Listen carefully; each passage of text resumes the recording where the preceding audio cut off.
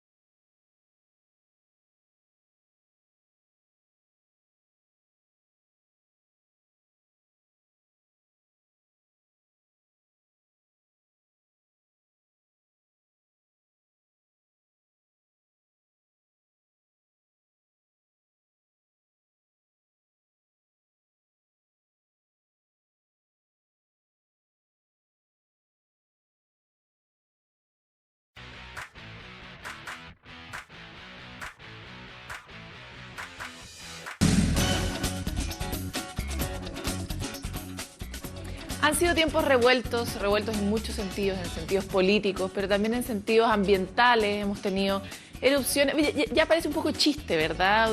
En un par de años hemos tenido muchos acontecimientos distintos después de que pensamos que tal vez después del 27F todo se iba a tranquilizar. La verdad ha sido exactamente opuesto. Por lo tanto, se han visto afectadas muchas viviendas, hay muchos problemas en torno a los temas de reconstrucción y es por eso que hoy día quisimos invitar a la ministra de Vivienda, Paulina Zabal. Muchas gracias por estar en Panorama 15, ministra. Hola, Paloma, ¿cómo está usted?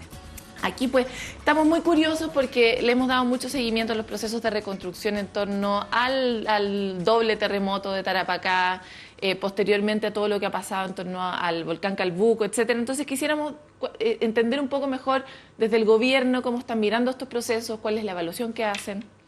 Bueno, yo creo que en primer lugar es lo que usted acaba de señalar, o sea, la naturaleza en un año nos ha dado duro y de una manera diversa, no solamente en términos de fenómenos, entre terremotos, aluviones, incendio, erupción del volcán, sino que también afectando a vastos territorios del país, porque la verdad es que hemos tenido una alta concentración de eventos en el norte, Arica, Tarapacá, ahora Atacama, Antofagasta, y ahora la erupción del volcán Calbuco en el sur.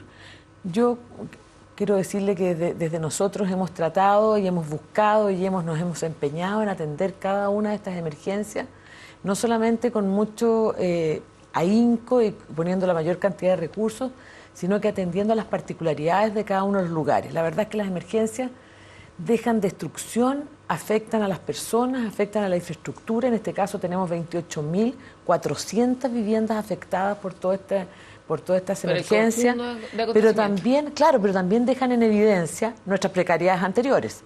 Algunas tienen que ver con nuestras imprevisiones en materia de planificación territorial que no tienen bien representadas las zonas de riesgo, otras con construcciones que no están emplazadas donde debiesen estar, otras con temas, por ejemplo, como el tema de Tarapacá, que nos dejó en evidencia la salinidad de los suelos y los socavones que estaban debajo de las viviendas, la falta de espacios públicos, de infraestructura sanitaria, en el caso de Valparaíso, que fue un factor relevante en términos del incendio. Pero todo ello lo digo porque lo que hemos buscado no solamente es actuar con prontitud, sino que también que el proceso de reconstrucción permita mejorar lo que existía y mejorarlo en el sentido de adecuarlo a las nuevas normas urbanísticas, a los temas de seguridad, generar una infraestructura que permita que las personas vivan mejor, pero también agregar algunos componentes que hoy día en el siglo XXI pensamos que son relevantes para el bienestar de la ciudadanía. Léase, espacios públicos, acondicionamiento térmico y lo que hemos incorporado fuertemente en todos nuestros programas, esta ha sido una gran labor del ministro de Energía, es generar sistemas solares térmicos, calefactores que sean adecuados, de alguna manera asumir que el plan de eficiencia energética que hoy día llevamos en el país también se instale en nuestros planes de reconstrucción. ¿Ministra? Así que hemos buscado caminar con el contingente, con lo perspectivo, pero también con mejorar el estándar de nuestras viviendas. O sea, de alguna forma los acontecimientos naturales han hecho una especie de borrón y cuenta nueva para permitirnos un comienzo distinto, más organizado, mejor estructurado, mejor pensado. Lo que estamos buscando, la presidenta decía el 21 de mayo, lo que es bien impresionante, bien importante en nuestra área, decía, bueno, nosotros queremos una mayor gestión del Estado y queremos que hoy día tengamos como país, concordemos estándares básicos en materia de vivienda y desarrollo urbano. Así como alguna vez concordamos el auge en materia de salud, debemos caminar a decir qué es lo que tenemos que garantizar a cada ciudadano respecto a los bienes públicos en la ciudad y en la vivienda. Y algo de eso es lo que estamos tratando de hacer en el proceso de reconstrucción. O sea, que las viviendas sean más seguras, que existan equipamiento de infraestructura sanitaria adecuada, que estén emplazadas en lugares de verdad que cumplan con los requisitos, que los espacios públicos sean adecuados. Dignidad y calidad de vida en el fondo. Pero también pertinencia. Y ahí empieza la diferencia, o sea, no pueden ser lo mismo las viviendas del norte que las viviendas que vamos a reconstruir hoy día en los faldeos del volcán Calbuco, que son rurales y que están en el sur. Entonces, todos esos factores nos han llevado a buscar, por ejemplo, que no se entregue ningún subsidio sin tener el proyecto previamente y un proyecto que asegure estas condiciones de habitabilidad. pero también a esforzarnos porque la materialidad de las viviendas sea adecuada al entorno en el cual se van a emplazar. Ministra, la voy a llevar un segundo a una reflexión que es típica de nuestro programa, que es, bueno, ¿cuánto descentralizamos, cuánto centralizamos?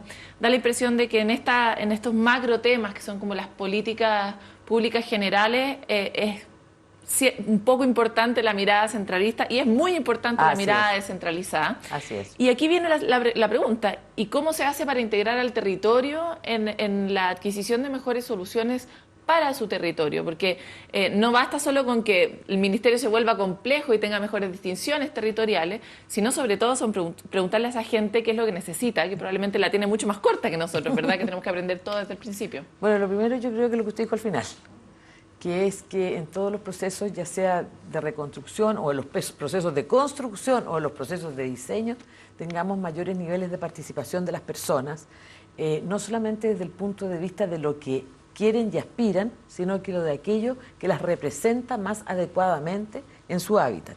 Y eso entonces nos lleva hoy día a aflojar un poquito respecto de distinguir qué son normas técnicas que se deben construir para garantizar habitabilidad, seguridad, salubridad, y qué son aquellas cuestiones que no son la esencia, sino que son precisamente la ductilidad que los programas tienen que tener para representar al territorio en el cual están emplazados. Y en eso yo creo que hemos avanzado mucho, nosotros mismos nos hemos puesto más flexibles, pero también creo que hay mayor disponibilidad de las empresas regionales, de las entidades patrocinantes y de nuestros equipos a innovar. Ese es un factor. Un otro factor es el tema que dice relación con el lugar donde están emplazadas las viviendas. Habitualmente nosotros pensamos que la vivienda es el fruto, el objeto y el producto final. Y la verdad es que las personas no viven dentro de una vivienda exclusivamente. Entonces, el entorno en el cual están emplazadas y cuáles son los atributos de ese entorno importan mucho para que las personas que allí habitan sientan que efectivamente eso las representa. Y por lo tanto, el trabajar mejores espacios públicos adecuados en el norte y en el sur es totalmente distinto. Totalmente distinto. Le cuento un ejemplo. Ahora, por ejemplo, con la reconstrucción del volcán Calbuco, nos dimos cuenta que el volcán tuvo un efecto totalmente distinto hacia su ladera norte, le hace Ensenada, Puerto Varas, que hacia su ladera sur le hace Río Blanco en el caso de Puerto Montt. Hacia Ensenada el tema fundamentalmente fueron cenizas, pero esas cenizas se acumularon en los techos y colapsaron las viviendas. Entonces decimos, bueno, pues bien, aquí tenemos que aprender. Los techos de las viviendas tienen que tener una pendiente mucho más inclinada para posibilitar que si están cercanos a un volcán, la ceniza pueda caer. Exacta. Segundo, pasan a ser tremendamente importante todo lo que tiene que ver con los pasajes, con los caminos, que es lo que permite en definitiva que no se acumule, que no se genere este espacio en el cual la ceniza penetra en las viviendas y termina. Pero hacia el sur, el tema fundamental fueron los cauces de los ríos, los lahares y por lo tanto el arrastre de las viviendas. Y entonces ahí sí que estamos pensando que el tema ya no es un riesgo mitigable solamente por la acción de la vivienda, sino que requiere obras de... Exactamente. Puentes, encauzamiento de los ríos. Entonces, la pertinencia tiene que ver con imbuirnos de cuáles son los atributos que tiene el territorio, sus atributos de paisaje, sus oportunidades turísticas, pero también de aquellos riesgos que implica cada uno de ellos. Nosotros somos un país que tenemos muchos riesgos, pero eso no implica que no lo podemos evitar, significa que algunos los podemos mitigar, con otros podemos convivir y en algunos simplemente tenemos que evitarlo. Ministra, el tema urbanismo de su ministerio es un tema que si nosotros pudiéramos aglutinar las opiniones que tienen las regiones de cómo se ha desarrollado Chile en general, de rojo para abajo, pero seguro, o sea, en general la gente tiene una muy mala opinión de la falta de planificación de su propio territorio y padece de eso. ¿Cuánto se ha metido este gobierno en ese tema en particular? ¿Cuántos son los desafíos, los avances? ¿Hacia dónde cree que va la cosa? ¿Cuánto tiempo nos queda para tener ciudades habitables? Bueno, nos hemos metido mucho. En primer lugar, tenemos el privilegio de asumir el gobierno con una Comisión Nacional de Desarrollo Urbano que la integran múltiples personas de distintos ámbitos, de distintos quehaceres y pareceres, que han tenido un trabajo generoso para plasmar la Política Nacional de Desarrollo Urbano concordada por los distintos actores del país en propuestas concretas en cada una de las áreas. Hace no más de un mes y medio, la Comisión le entregó a la Presidenta de la República un conjunto de propuestas que dicen relación con cómo favorecer la integración social y el tema del suelo urbano, que es uno de los temas que afecta la planificación. Hoy día, la Comisión se ha abocado y ha iniciado su trabajo para abordar precisamente el tema de cómo mejoramos la transparencia, la eficiencia, la prontitud y la coherencia de los instrumentos de planificación urbana. Y por lo tanto, hoy día estamos trabajando conjuntamente con el tema de mejorar el estándar de las viviendas y con el tema de abordar los déficits habitacionales con lo que la Presidenta planteó el 21 de mayo, que es fijar estándares urbanos y habitacionales mínimos para que todos los chilenos tengan garantizados un estándar de vivienda, de equipamiento, de conectividad, pero también estamos trabajando fuertemente en aquellos temas que hacen la esencia del desarrollo urbano, que son la disponibilidad de suelo, en primer lugar. En segundo lugar, el tema de la planificación urbana y la gestión del territorio.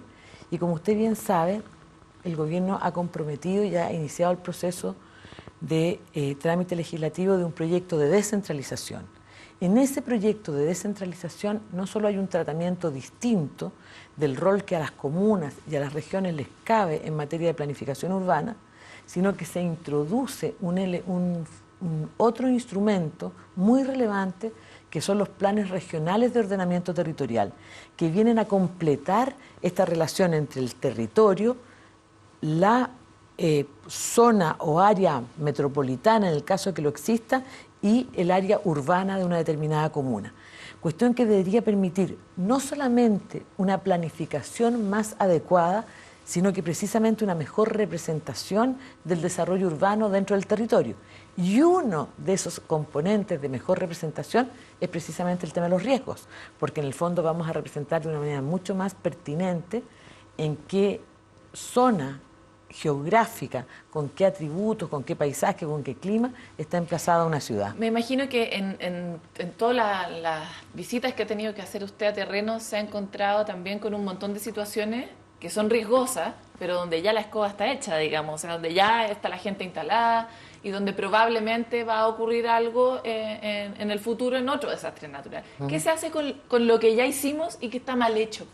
Bueno, varias cosas. En primer lugar, cuando nos concordamos que hay una zona de riesgo, lo primero es tratar de representarla en los instrumentos de planificación territorial para que eso se convierta en una norma y esa norma prohíba o admita con condiciones o favorezca la habitación en determinados lugares o simplemente diga aquí no se puede construir vivienda pero se puede construir equipamiento. Entonces el primer esfuerzo es representar ese riesgo en el instrumento de planificación territorial para que sea una norma. Lo segundo son generar oportunidades y posibilidades a quienes habitan en ese lugar para que puedan relocalizarse, ya sea su actividad o su vivienda. Y lo tercero es generar la reutilización de los terrenos para que no se vuelvan a ocupar, que es uno de los temas que tenemos de mayor complejidad, por ejemplo, frente a la realidad de los campamentos. Claro. Muchos campamentos o tomas de terreno ocurren en los bordes de un río, en los bordes de una línea del tren, en lugares... Exactamente. Entonces, conjuntamente con generar con las familias un nuevo proyecto, está el tema de generar una nueva actividad en ese terreno que se va a dejar de utilizar para que no se vuelva a ocupar. Entonces, es conjugar de alguna manera la componente normativa, la parte de inversión, pero siempre el proyecto de reutilización para evitar que se vuelva ese mismo riesgo. Y eso yo creo que es donde mejor hoy día uno lo puede mirar en el caso de Valparaíso, que estamos relocalizando a muchas familias que estaban instaladas en las quebradas, posibilitándoles una vivienda en otra parte, pero a la vez estamos generando una inversión muy alta en infraestructura que conecta los cerros para evitar el problema de hacinamiento, pero estamos construyendo un gran parque que va a conectar todas las quebradas, que va a ser una medida de mitigación hecha por obras hidráulicas con un espacio público construido por nosotros. Entonces, claro, ahora, los tiempos no siempre acompañan. Claro, la vida es cotidiana. Exacto. Entonces hay que congeniar estas inversiones, que son inversiones grandes, que tienen un tiempo, con la gestión cotidiana, con la participación de las personas, con el contacto directo con la ciudadanía para generar el efecto deseado. lamentablemente la protección frente a los riesgos no es un hecho que uno solamente quiera desear, sino que hay que construir y aunar muchas voluntades. Ministro, se nos acabó el tiempo, hemos hablado de los temas muy macro, pero queremos dejarla invitada para encontrar otros temas más adelante, son los temas que le importan a las regiones. Encantadísima.